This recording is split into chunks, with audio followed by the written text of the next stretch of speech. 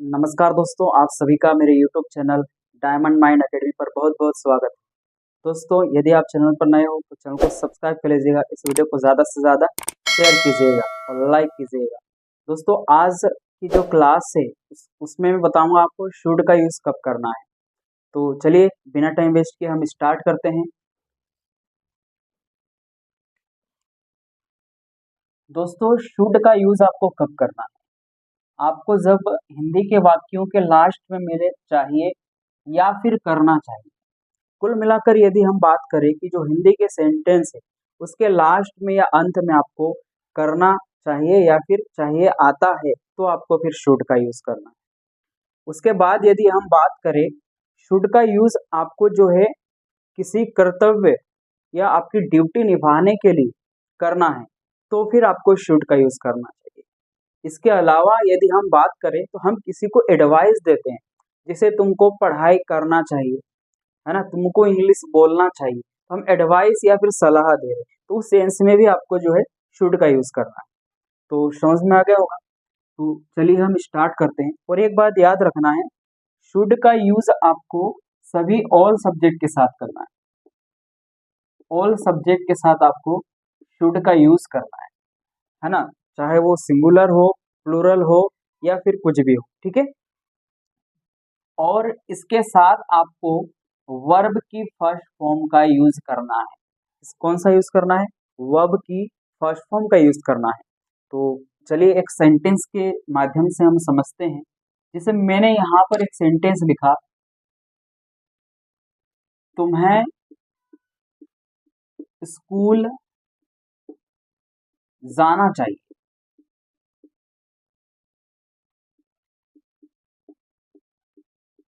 तुम्हें स्कूल जाना चाहिए, ये एक एग्जाम्पल मैंने आपको दिया। अब इसको ट्रांसलेट कैसे करना है, देखिए। सबसे पहले हमको सब्जेक्ट ढूंढना है। सब्जेक्ट क्या है? तुम्हें मीन्स यू। ठीक, सब्जेक्ट के बाद हमको लगाना है शुड। You should. अब जाना मतलब वर्ब ही है ना, तो जाना गो होता है। You should go to school. तुम्हें स्कूल जाना चाहिए मीन्स हम किसी को एडवाइस दे रहे हैं, सलाह दे रहे हैं कि तुमको भैया ये काम करना चाहिए, तो आपको जो है इसी सेंस में शुड का यूज करना है। ओके, चलिए इसका निगेटिव सेंटेंस यदि हम बनाते हैं, निगेटिव बोले तो नकारात्मक, जिसमें ना की बात होती है, नहीं करने की बात होती है, ठीक है। जैसे यहाँ पर हमने लिखा, तुम्हें स्कूल नहीं जाना चाहिए। तुम्हें स्कूल नहीं जाना चाहिए।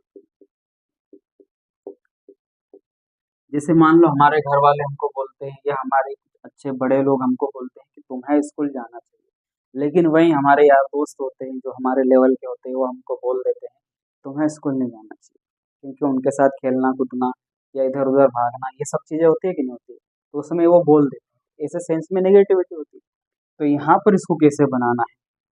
सबसे पहले नेगेटिव मतलब नकारात्मक बात, you should, you should not go to school.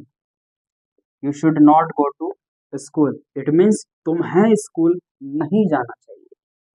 तुम्हें खाना बनाना चाहिए, यू शुड कुक फूड। तुम्हें दौड़ना चाहिए, यू शुड रन। उसे बोलना चाहिए, ही शुड स्पीक। राम को लिखना चाहिए, राम शुड राइट। इस प्रकार से आप भी प्रैक्टिस कर सकते हैं। दोस्तों, बहुत सारे ऐसे एग्जाम्पल्स हो सकते हैं। आप इसके इंट्रोगेटिव, इंट्रोगेटिव नेगेटिव और डबल इंट्रोगेटिव बना सकते हैं। जैसे इंट्रोगेटिव अगर आपको बनाना है तो फिर जैसे मैंने लिखा यहाँ पर इंटेरोगेटिव, इंट्रोगेटिव, इंट्रोगेटिव सेंटेंस।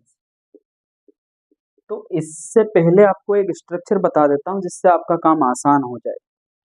ये होता है सबसे स्ट्रक्चर इसका, सब्जेक्ट, सॉरी, सब्जेक्ट कहाँ से? सबसे पहले हमको शुड लगाना है। क्या लगाना है? शुड। फिर उसके बाद आता है सब्जेक्ट, शुड के बाद सब्जेक्ट आया, उसके बाद वर्ब आती है, फिर ऑब्जेक्ट आता है, और फिर अदर वर्ड्स बोल देते हैं, है ना। तो जैसे इसी को ही हमको इसी का ही इंट्रोगेटिव बनाना है, तो कैसे बनाएंगे देखिए जरा।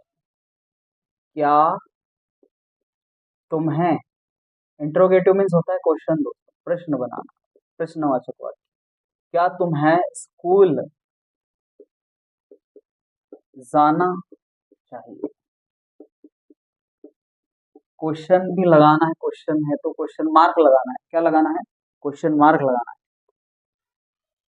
सबसे पहले शुड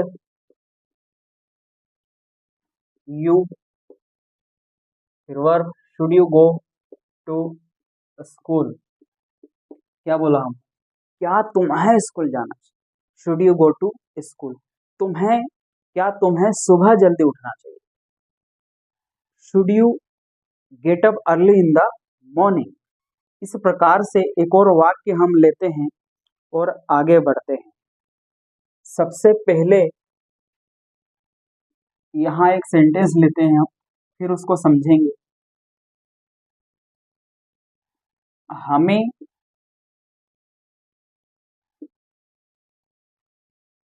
अंग्रेजी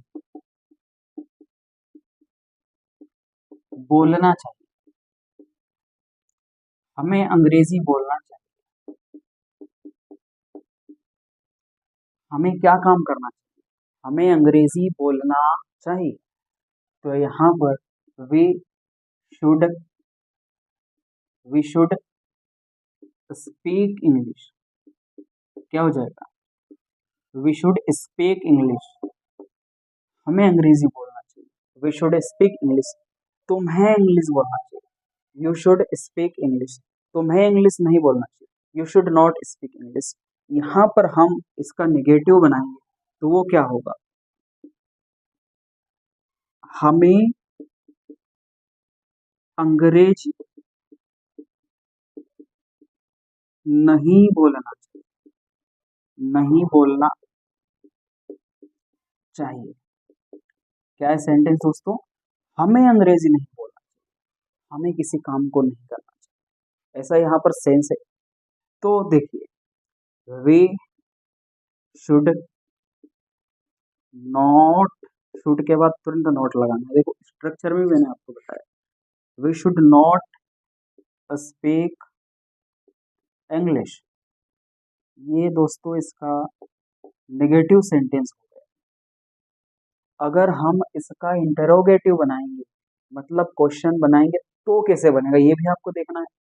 तो इसको भी देख लीजिए थोड़ा आप, है ना। इसको भी देख लीजिए क्या होगा इसका। क्या हमें अंग्रेजी बोलना चाहिए, है ना। क्या हमें अंग्रेजी बोलना चाहिए। क्या सेंटेंस हो गया हमारा?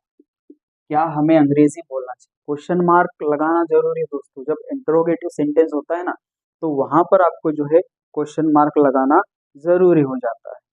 ये बात आपको मेनली ध्यान रखना है। तो इसका ट्रांसलेशन क्या होगा, चलिए देखते हैं जल्दी से। सबसे पहले शुड आएगा। Should we speak,